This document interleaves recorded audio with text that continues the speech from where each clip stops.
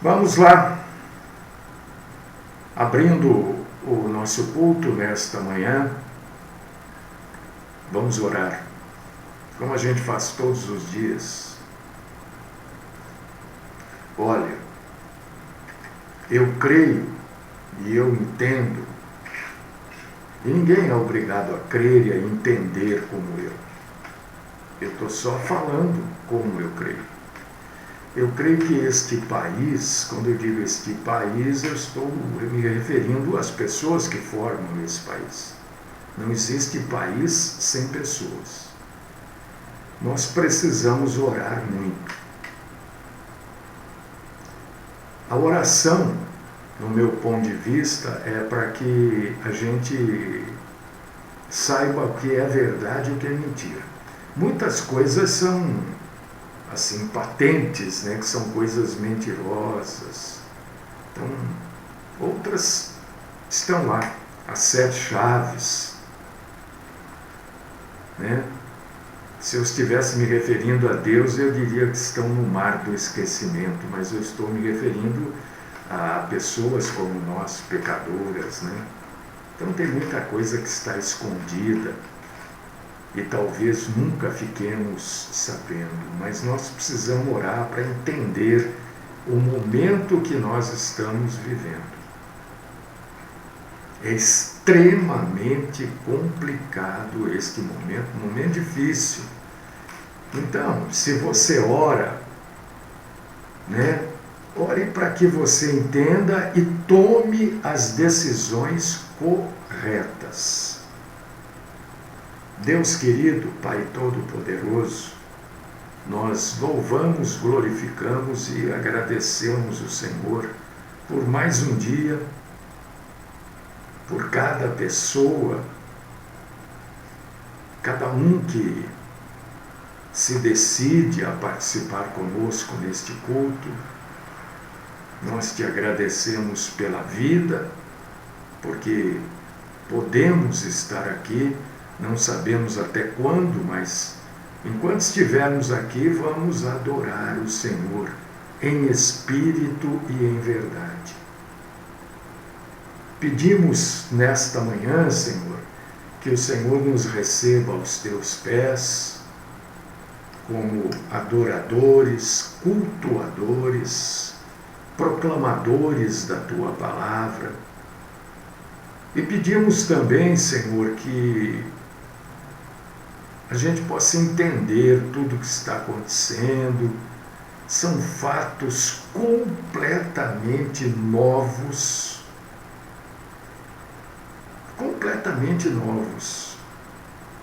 inusitados. Eu andei procurando aí, Senhor, e não achei nenhum outro país, não estou dizendo que não tenha havido ou que não haja, mas não achei nenhum outro país que esteja agindo ou que agiu como nós estamos agindo. Isso não quer dizer que é certo ou é errado. Quer dizer que é inusitado, que é novo. Então que o Senhor nos dê graça e sabedoria. Às vezes a sabedoria nos leva a caminhos que a gente não gostaria de estar passando por eles. Às vezes a sabedoria nos faz tomar decisões difíceis. Se pedirmos sabedoria, o Senhor vai nos dar sabedoria. Fala conosco, Senhor. Fala conosco. Ajuda-nos a defendermos a fé. Defender a fé, mesmo quando a defesa da fé nos leve a lugares que nós não gostaríamos de estar. Afasta de nós a mentira e os mentirosos. Caiam por terra, Senhor, todos os mentirosos. Esta é a minha oração nesta manhã, no nome do nosso Senhor Salvador, Jesus Cristo. Amém.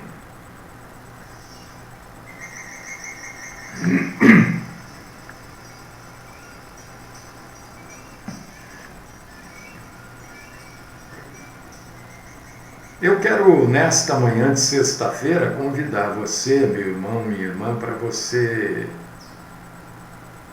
abrir a sua Bíblia. 1 Pedro, capítulo 3, versículo 15. 1 Pedro, capítulo 3, versículo 15.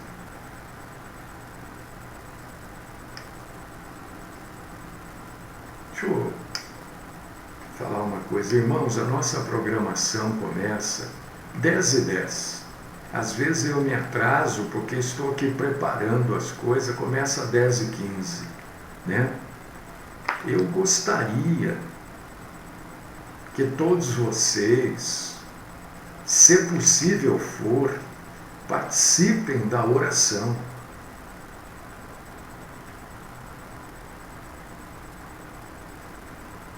Eu sei que muita gente tem seus compromissos também, mas se possível for, participem da oração.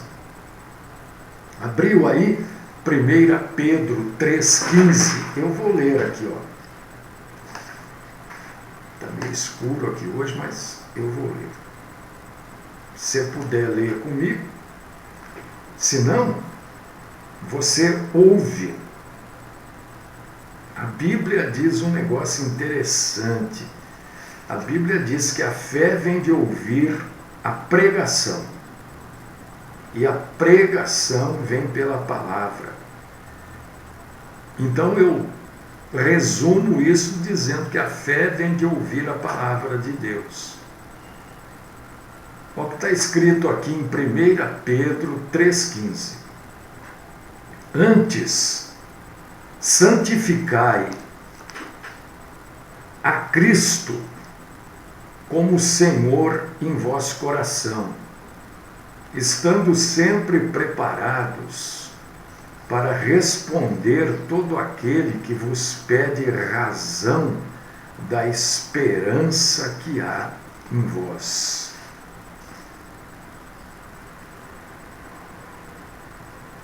Que esperança que há em você?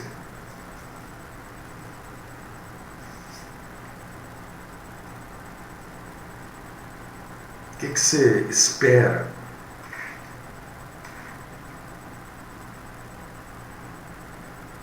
Qual a esperança que existe dentro de você, o que brota dentro de você? De repente você vai dizer assim, eu tenho esperança de criar os meus filhos. É o que normalmente as pessoas querem, né? Formar os meus filhos, que eles se casem, tenham filhos. É esperança, normalmente é assim.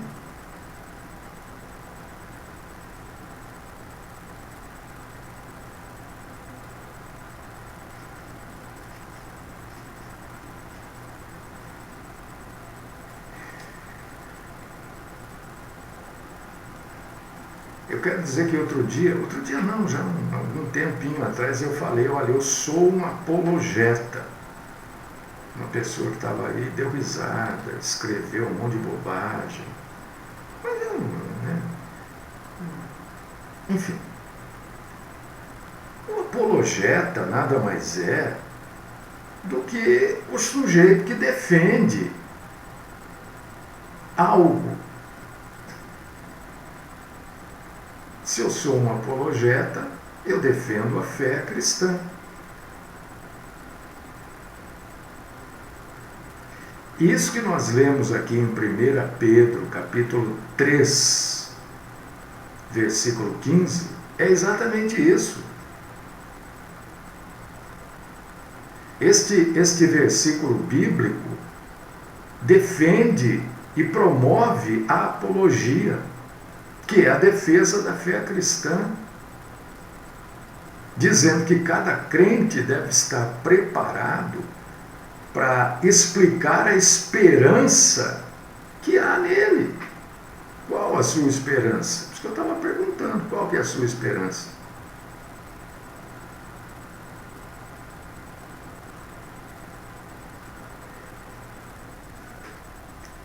Agora, como é que você vai explicar isso? Como é que você vai defender essa sua esperança? Ah, eu não preciso defender. Olha, deixa eu dizer uma coisa para você. Jesus foi o maior defensor da esperança que ele nos deu. Jesus foi o primeiro e o maior apologeta cristão. Apologetas sempre existiram, mas apologeta cristão, o primeiro foi Jesus.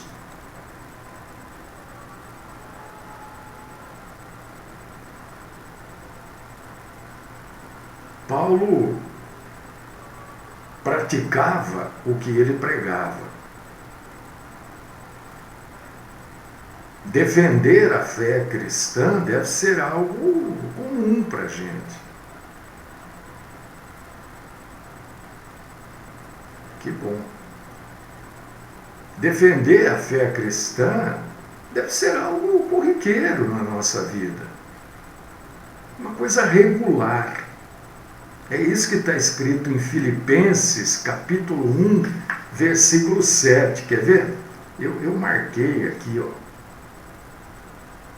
Olha o que está escrito aqui, quer ver? Aliás, é justo que eu assim pense de todos vós, porque vos trago no coração, seja nas minhas algemas, seja na defesa e confirmação do Evangelho, pois todos sois participantes da graça comigo. Quem escreveu isso foi Paulo, em Filipenses 1,7.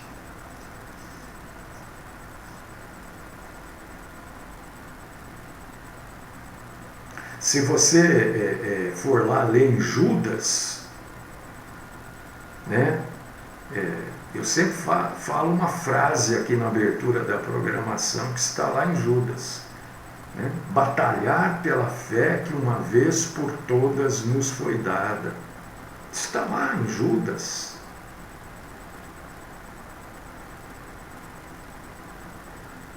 Judas 1, Judas, está lá, versículo 3 de Judas. Você abrir lá, você lê. Quando empregava toda a diligência em escrever-vos acerca da coisa da comum salvação, foi que me senti obrigado a corresponder-me convosco, exortando-vos a batalhardes diligentemente pela fé que uma vez por todas foi entregue aos santos. Isso é apologética. Por causa disso que eu digo que, né, são coisas novas que estão acontecendo. E nós temos que estar bem firmes na nossa fé. Porque senão nós vamos sucumbir, sim. Porque um país, presta atenção, você não é obrigado a concordar comigo. Mas se você prestar atenção, você vai entender pelo menos o que eu estou falando. Mas um país onde um ministro da alta corte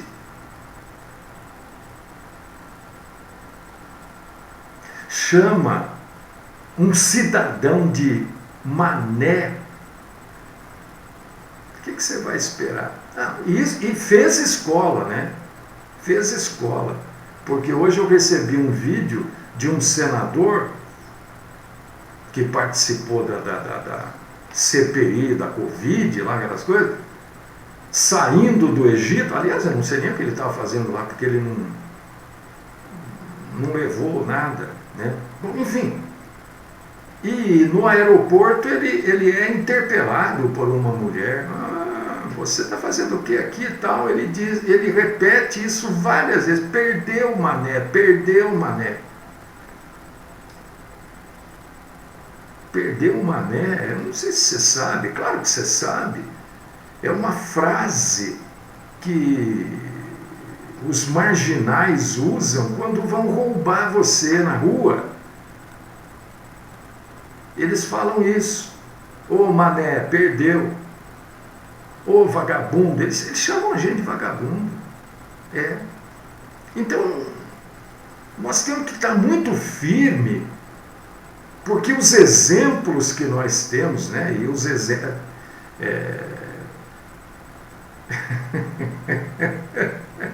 É verdade. Ô Jaico, essa foi muito boa. O Jaico escreve aqui. Incrível, o Brasil mandou pragas ao Egito. Tá certo, eu concordo plenamente com você. Enfim, se a gente não tiver muito firme, a gente vai começar a achar que isso é normal. Você vê que respeito, a gente pode ter intimidade, amizade, mas o respeito a gente não pode perder. Quando um ministro chama um cidadão de mané, acabou o respeito. Não por parte do cidadão, por parte das autoridades constituídas. Sempre lembrando que esta gente toda, o que eles ganham, todos os benefícios, porque o salário, às vezes você pode falar, mas não é muito alto. Mas esse sujeito não compra cotonete para limpar o ouvido. Ele não compra, ele não precisa comprar, isso tudo vem de graça. Então, quem paga essa gente somos nós. Os manés é que pagam. Até certo ponto, a gente é mané mesmo, né? Porque paga. Né? Paga.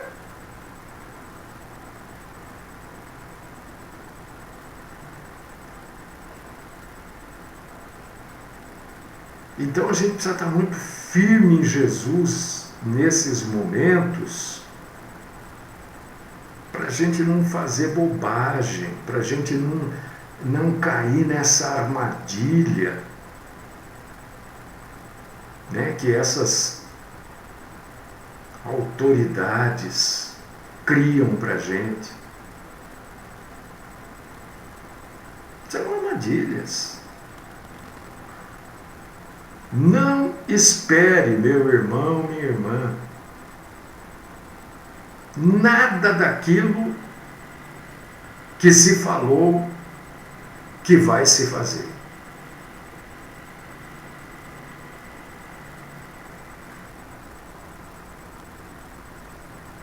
A fé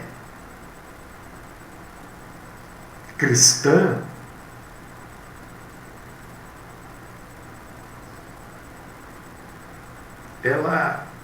ela nos mostra, porque a Bíblia, né, traz para a gente milagres divinos que confirmam aquilo que Deus quer que a gente acredite. Né? Tem lá milagres em Êxodo 4, do 1 ao 8, segundo dos Reis, Atos, Hebreus, Coríntios.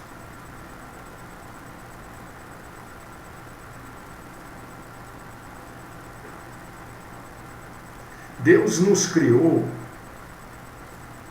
como seres racionais. O que quer dizer isso? Porque tem muita gente que a gente fala, não, a pessoa não sabe. Às vezes eu explico muito, algumas pessoas se irritam, não explica. Não. Amigo, explicando a pessoa já não entende. Imagina se não explicar, aí ela entende mesmo o que ela quer. Deus nos criou como seres racionais. Deus quer, ou Deus espera, eu estou usando termos aqui humanos, né? Claro, que a gente viva de forma racional.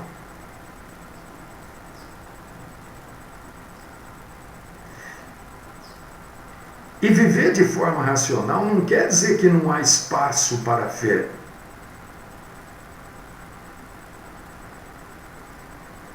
Não é fé naquilo que a gente não vê ou não tem provas. Deus deixou um monte de milagres para confirmar a nossa fé.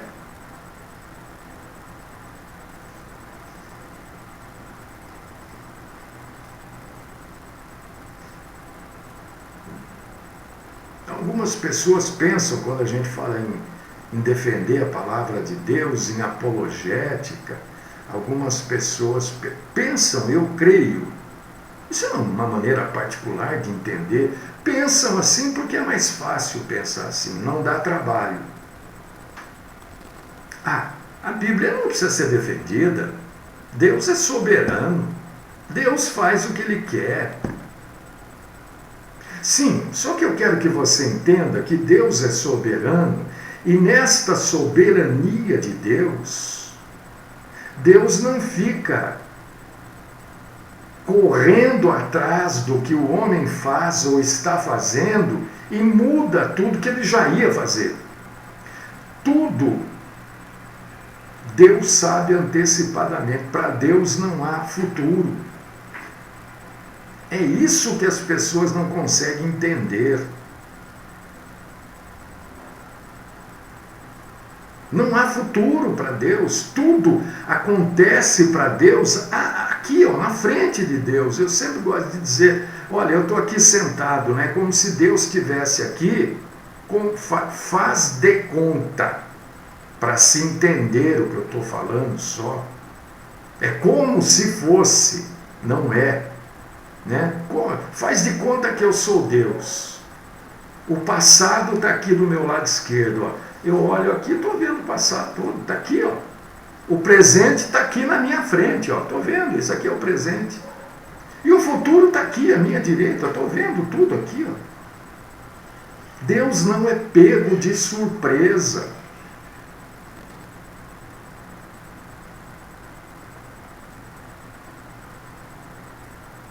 Claro que a palavra de Deus precisa ser defendida. Ora,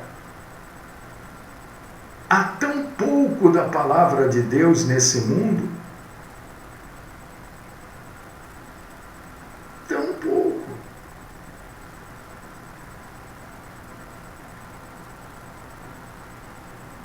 Quais os escritos deste mundo são a palavra de Deus?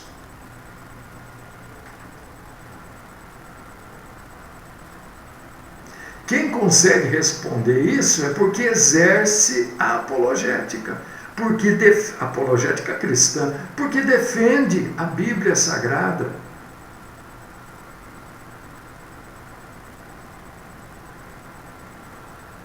Nós temos que defender a verdade.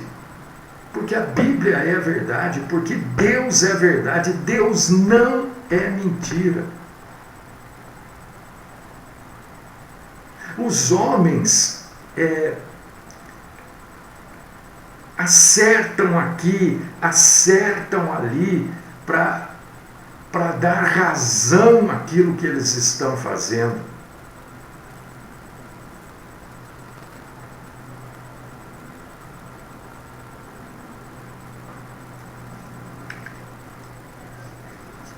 Você acha que as pessoas não fazem aqui as coisas e não sabem que o que elas estão fazendo não está correto?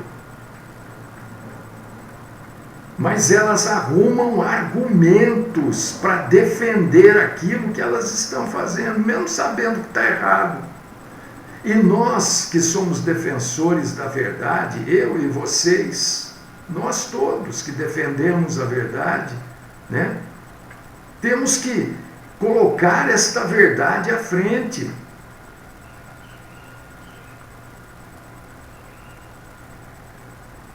Paulo fazia isso dentro daquilo que ele podia fazer no tempo que ele viveu. O que a gente não pode esquecer é o seguinte, O mundo passa por determinados tempos, determinadas fases, vamos falar assim. João Batista foi ao limite do que ele podia. A verdade fez com que João Batista perdesse literalmente a cabeça. E às vezes a verdade vai fazer a gente perder a cabeça mesmo.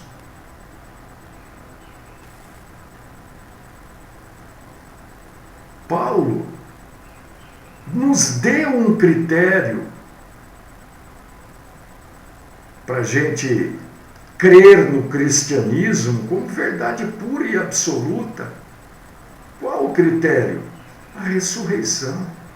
A ressurreição de Cristo, ele diz, olha, peraí, se Cristo não ressuscitou, nós somos então manés mesmo. Qual a nossa esperança se Cristo não ressuscitou? Não tem esperança. O próprio Deus morreu e não ressuscitou, mas Cristo ressuscitou. Esta é a fé salvadora. A fé salvadora nos leva a saber que isto não está certo, isto não é correto. Não só dentro das paredes hipotéticas da igreja, porque a igreja não tem parede, né? Mas estou falando dos lugares onde se reúnem. Eu estou reunido aqui, ó. Você está aí, o outro está lá. Não só ali nós temos que fazer prevalecer a verdade deve ser prevalecida em todos os lugares. E isso não pode criar em nós um falso dilema. Verdade é verdade.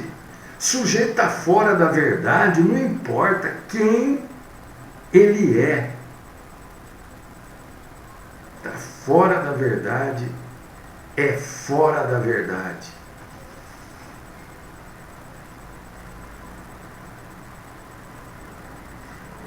Não é necessário, irmão, irmã. Às vezes a pessoa está fora da verdade e ela não tem consciência disso, viu? Não, tudo bem, eu concordo. Mas você vê, eu estou dizendo que a gente tem que defender a verdade, eu falei, fora das paredes hipotéticas da igreja. Né? Porque igreja não é lugar. Mas fora, a verdade deve ser defendida não só no meio cristão, mas todo tipo de verdade. Né? Coloquei isso. Não há necessidade da gente pensar assim, mas peraí, é difícil porque a fé é uma coisa meio sem lógica. Então, eu quero colocar aqui para você nesta manhã de sexta-feira, será que precisa ser sempre espírito versus lógica? Será? Será que a fé tem que ser algo ilógico? Será que a fé não tem lógica? Por que precisa ser lógica versus espírito, espírito versus lógica? Por que não pode ser os dois? Por que não pode ser o espírito e a lógica?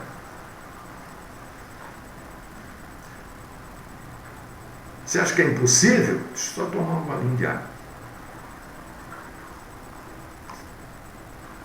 Não é, porque pensa comigo, irmão, irmã, querida, O Espírito Santo, ele move alguém a uma posição de crença. O Espírito Santo leva alguém a crer. Mas quem decide crer ou não crer é a pessoa.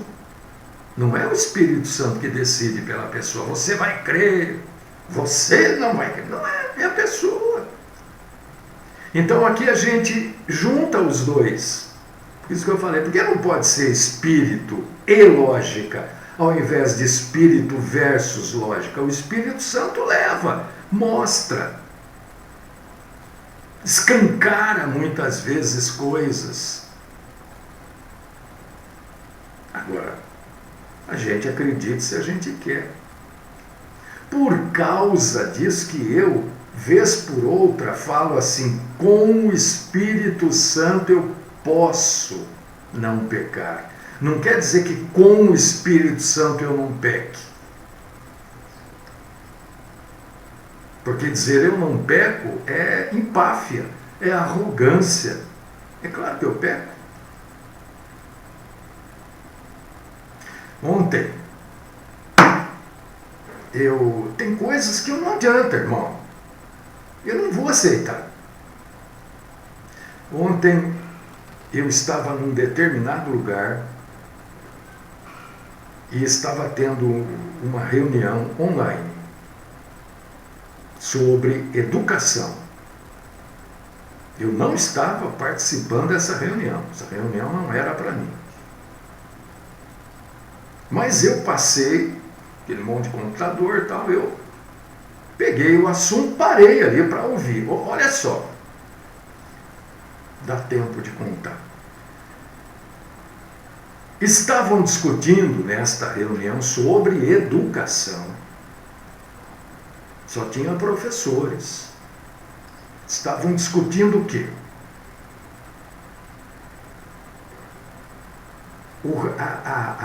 O preconceito racial. Aí puseram um vídeo, atenção,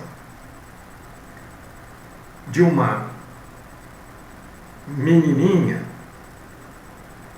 uma garotinha branca, falando para uma moça negra: ah, eu não gosto da sua cor, eu não gosto do seu cabelo, não sei o que, não sei o que. E estavam querendo provar para os professores que a criança nasce sem preconceito. E o preconceito é embutido nela no decorrer da vida. Quando eu parei ali quieto, fiquei ouvindo, falei, ó, isso é o mais fácil. Você lembra que eu perguntei agora há pouco, né? As coisas não têm a palavra de Deus. Aonde é que tem a palavra de Deus? Não foi isso que eu perguntei? Estou até tentando achar aqui. Lugar nenhum.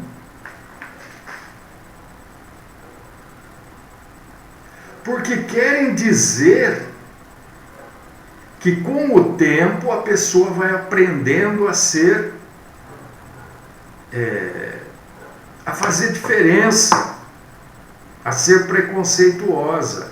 Esta não é a verdade. A verdade é que nós nascemos todos pecadores. Nós nascemos todos maus. A palavra de Deus diz isso. A criancinha linda, bonitinha, fofinha, coisinha mais linda deste mundo, ela é má.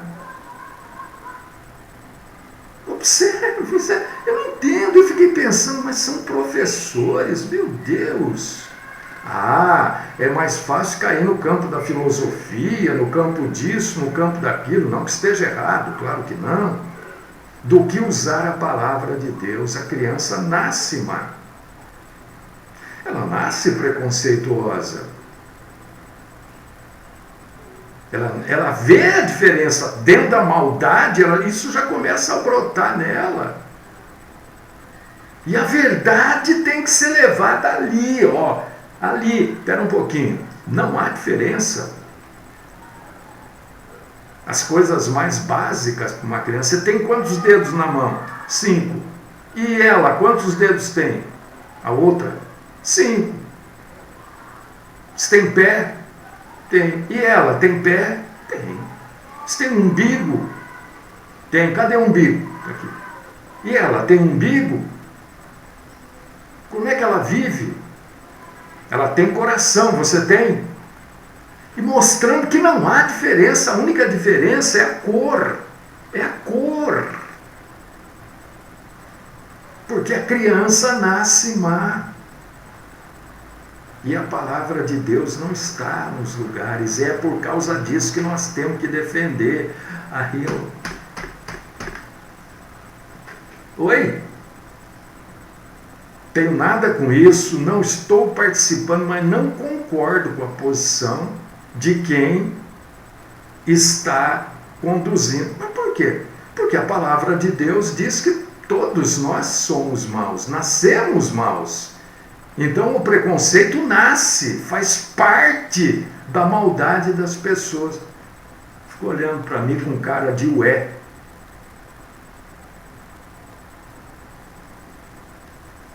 Nós temos que defender a verdade.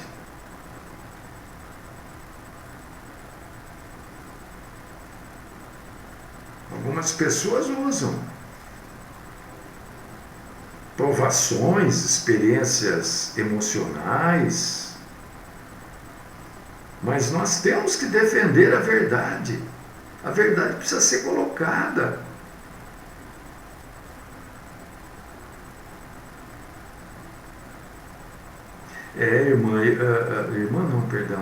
Djalma, eu concordo com você, meu irmão, concordo.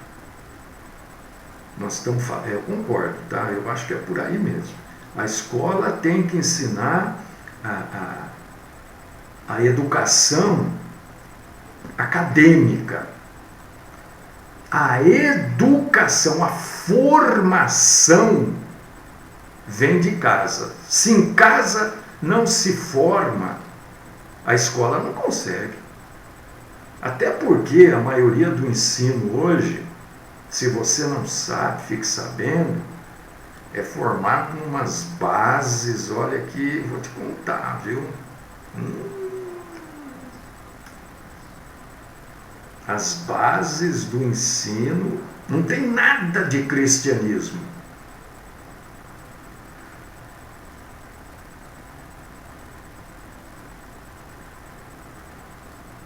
Jairico, acabei de falar aqui, ó, ele está dando um exemplo que uma criança derruba qualquer coisa no chão, aí você chega e fala, quem derrubou isso aí? Foi você? Ela fala, não.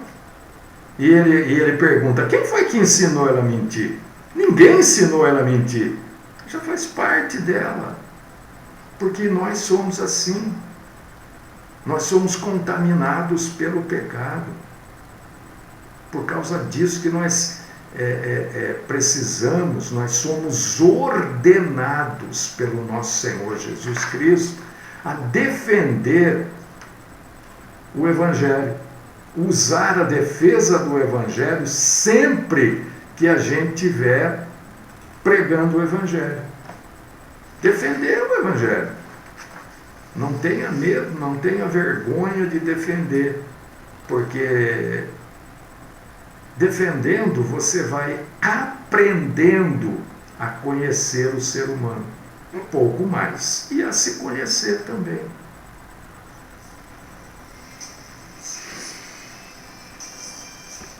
Que Deus Todo-Poderoso abençoe a cada um de vocês, que vocês tenham um ótimo final de semana, abençoado, na graça, na paz do nosso Senhor Jesus Cristo. Senhor, tem compaixão, misericórdia de nós.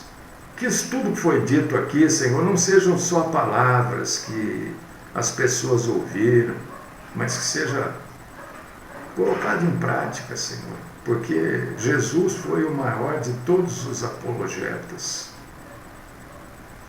Sustenta-nos nas nossas fraquezas e ajuda-nos a vivermos a verdade e de verdade.